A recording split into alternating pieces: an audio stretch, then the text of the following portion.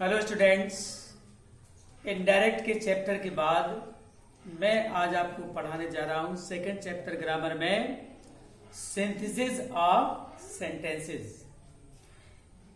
Analysis का opposite है synthesis. Synthesis means एकीकरण, अर्थात दो या दो से अधिक सेंटेंसेस को जोड़कर एक सिंपल, एक कॉम्प्लेक्स या एक compound sentence banana synthesis of sentences कहलाता है ग्रामर की भाषा में। सबसे पहले हम लोग सीखेंगे कि सिंपल सेंटेंसेस को, अर्थात दो या दो से अधिक सिंपल सेंटेंसेस को एक सिंपल सेंटेंस में किस प्रकार से कंबाइन करेंगे। अब सिंपल सेंटेंसेस को कंबाइन करने के कई रूल्स हैं।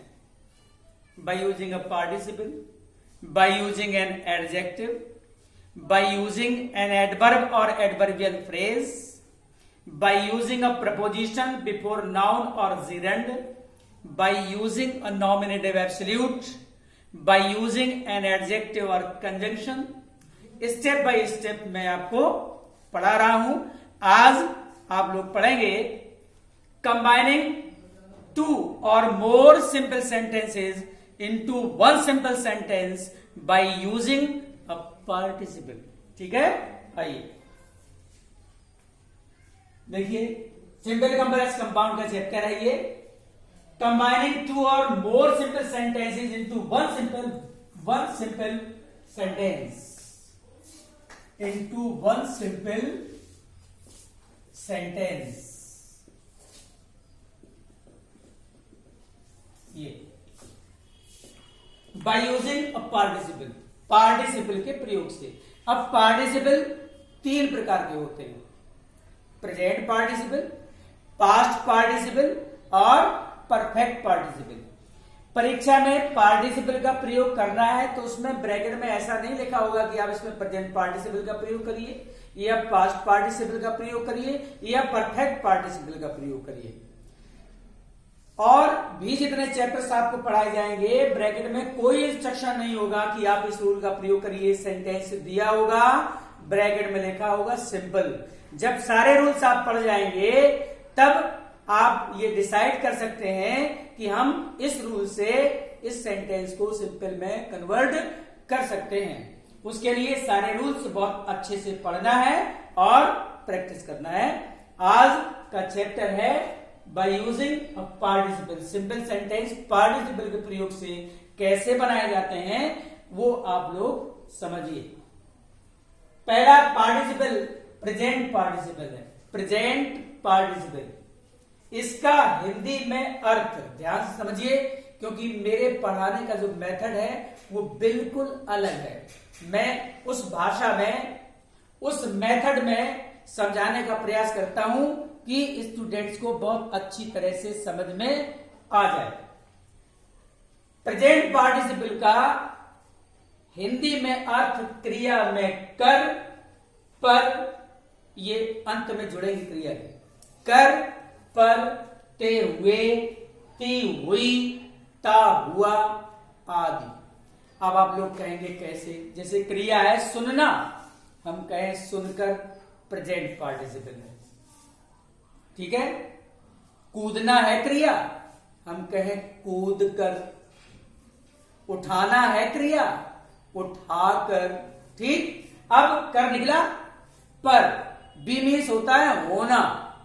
जब आप बी में आईएनजी जोड़ेंगे, बीइंग होगा तो अर्थ निकलेगा पर। जैसे बीइंग थर्स्टी, प्यासा होने पर, बीइंग टायर्ड, थकी होने पर। और देखिए ते हुए, ती हुई, ता हुआ। सेंटेंस में कहा जाए don't get down from the moving train, चलती हुई रेलगाड़ी से मत उतरिए। तो जो द मूविंग ट्रेन है इट्स प्रेजेंट पार्टिसिपल, चलती हुई। मैंने एक बालिका को फूलों की टोकरी ले जाते हुए देखा। ले जाते हुए, ते हुए आया क्रिया में। जो मैं कह रहा हूं उसको ध्यान से समझिए क्योंकि जब तक आप ये डिसाइड नहीं कर पाएंगे हम कौन सा पार्टिसिपल प्रयोग करें, तब तक जरूरी नहीं है कि आपका सेंटेंस सही ही हो जाए। ठीक, अब इसका हम प्रयोग कब करेंगे? जब दो कार्यों के बीच में, आप ध्यान से समझिए, जब दो कार्यों के बीच में टाइम का गैप ना हो, समय का गैप ना हो, तब प्रेजेंट पार्टिसिपल का प्रयोग किया जाता है।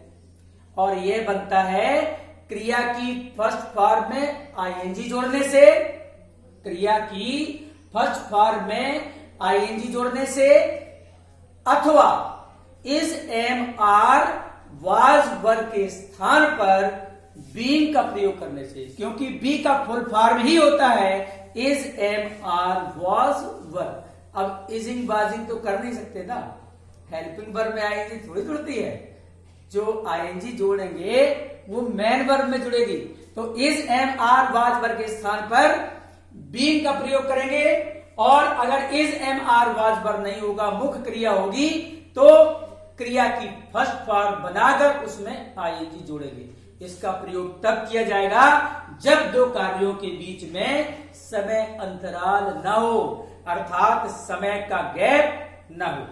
ओरली में कुछ एग्जाम्पल्स आपको समझाता हूं, कल रिटन में समझाऊंगा। कहा जाए the hunter aimed at the tiger, aim means निशाना लगाना। The hunter aimed at the tiger, पहला सेंटेंस। दूसरा सेंटेंस ही फायर्ड शॉट। अब दो कार्य हुए, शिकारी ने बाघ पर निशाना लगाया, उसने गोली चला दी। अब आप ये बताइए कि निशाना लगाने में और गोली चलाने में क्या समय का गैप हो सकता है? मतलब ऐसा तो नहीं हो सकता कि निशाना लगाए फिर वो इंतजार करे। निशाना तो लगाया ही तब जाएगा जब सामने उसके बाघ दिखाई पड़ेगा।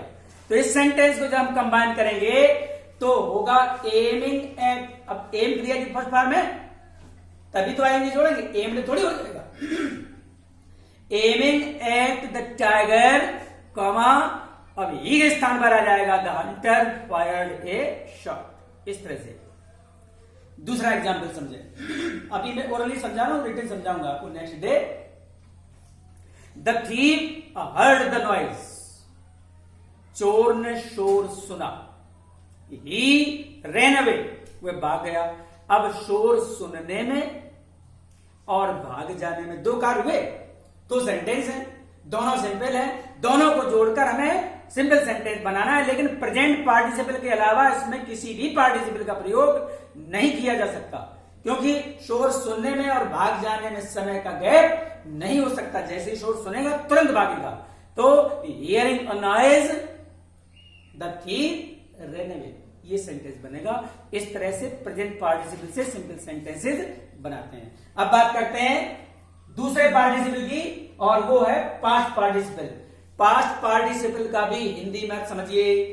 पास्ट पार्टिसिपल का हिंदी में अर्थ जब क्रिया में जुड़ता है तो अर्थ निकलता है ई हुई, ए हुए, आ हुआ, जैसे खोई हुई, घायल हुआ, लदे हुए, डकी हुई।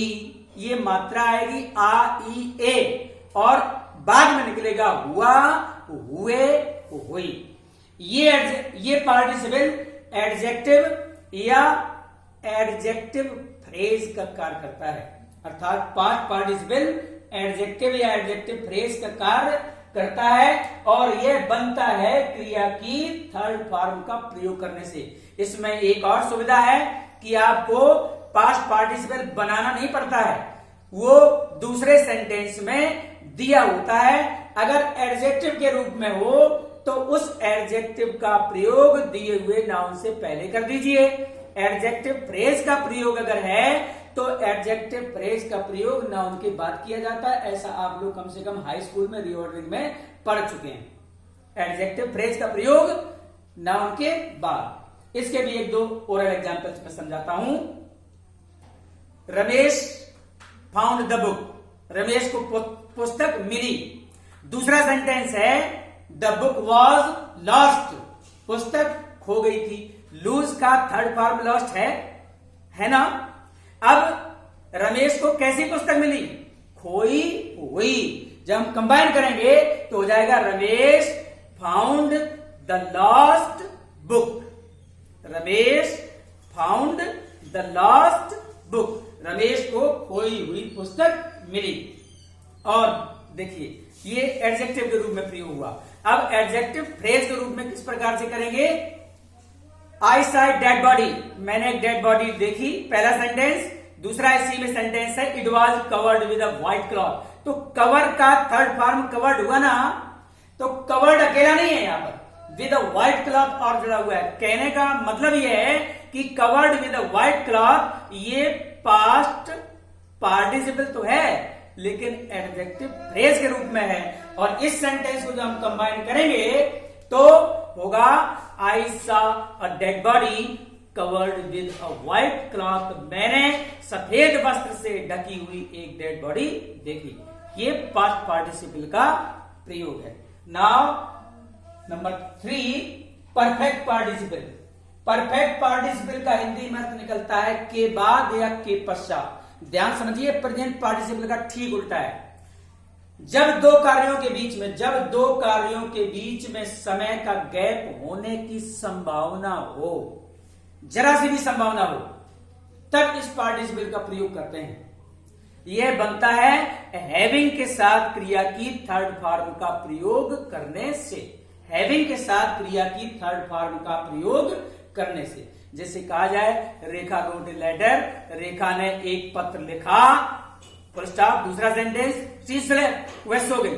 पत्र लिखना और सो जाना दो कार्य हुए। अब आप ये विचार करिए कि पत्र लिखने में और सोने में क्या समय का गैप नहीं हो सकता? यकीनन हो सकता है। पत्र लिखने के बाद, भोजन करने के बाद, किसी से मिलने के बाद लेटा तो जा सकता है तुरंत, लेकिन सोया नहीं जा सकता, क्योंकि सोने में 2-4 मिनट तो लगेंगे ही। कितना भी अगर फास्ट स्लीपिंग पर्सन होगा तो भी 1 मिनट तो लगेगा ही। I mean to say there is time gap in this sentence. Sentence में समय का गैप है। तो इस सेंटेंस को जब बनाएंगे तो बनेगा having written a letter, Rekha slept. पत्र लिखने के बाद या पत्र लिखने के पश्चात रेखा सो गई। इस तरह से ये प्रेजेंट पार्टिसिपल का उल्टा है परफेक्ट पार्टिसिपल। प्रेजेंट पार्टिसिपल में एक बात थोड़ी सी छूट गई है, मैं वो और क्लियर कर देता हूं अभी 1 मिनट में। प्रेजेंट पार्टिसिपल कभी कभी सेंटेंस में दिया होता है, दूसरे सेंटेंस में, तो क्या करते हैं, पहले सेंटेंस को दूसरे वाक्य में दिए हुए पार्टिसिपल से केवल जोड़ दिया जाता है। न तो आपको आईएनजी जोड़ने की आवश्यकता पड़ती है और न बीइंग का प्रयोग करने की आवश्यकता पड़ती है। For example, he saw some snakes, उसने कुछ सर्प देखे। पहला सेंटेंस। दूसरा सेंटेंस उसी में, दे वर हिसिंग अराउंड अ बुश, वे एक झाड़ी के चारों ओर फुफकार रहे थे। अब हिस क्रिया की फर्स्ट फॉर्म है, इसमें आईएनजी पहले से ही जुड़ी हुई है, तो हम इस सेंटेंस को केवल जोड़ेंगे, कुछ परिवर्तन नहीं होगा, तो होगा he saw some snakes hissing around a bush, उसने कुछ सर्पों को एक झाड़ी के चारों ओर फुफकारते हुए देखा। ठीक है, अभी मैंने आपको ओरली एग्जाम्पल समझाए हैं। कल तीनों पार्टिसिपल के रिटन एग्जाम्पल्स में आपको समझाऊंगा। उसके बाद देखता हूं कि कौन सा चैप्टर आगे है, वो आपको पढ़ाया जाएगा। वैसे मुझे मालूम है बाय यूजिंग एन इंफिनिटिव है। मैं एक बात आप लोगों से कहना चाहता हूं कि जो गैप हुआ है लंबा, इंटरमीडिएट या हाई स्कूल की क्लास ऑनलाइन या यूट्यूब पे पढ़ाने में, इसमें आपका फॉल्ट है, मेरा फॉल्ट नहीं है। आप लोग जानते हैं कि विदाउट स्टूडेंट्स, यहां तो मैं पंखा भी नहीं चलाता हूं। पंखा चलाता हूं तो आवाज आती है और आवाज उसमें रिकॉर्ड हो जाएगी, तो आपको क्लियरली कुछ सुनाई नहीं पड़ेगा। विदाउट स्टूडेंट्स, इतनी भीषण गर्मी में मैं आप लोगों के लिए पढ़ाता हूं और आप लोग जितना मुझे कोऑपरेट करना चाहिए उतना कोऑपरेट नहीं कर रहे हैं। व्यूअर्स तो बहुत अधिक हैं, लेकिन सब्सक्राइबर्स जितने मुझे चाहिए थे या जितनी मुझे आशा थी उतने नहीं हुए हैं। व्यूवर्स बहुत ज्यादा हो चुके हैं, आप लोग व्यूवर्स बनिए लेकिन साथ साथ सब्सक्राइबर भी बनिए। मैं पुनः आपसे आग्रह करना चाहता हूं कि यदि आप नए टीचिंग वीडियोस रोज देखना चाहते हैं तो अधिक से अधिक मेरे चैनल को सब्सक्राइब करिए, शेयर करिए, कमेंट करिए। That's all, good bye.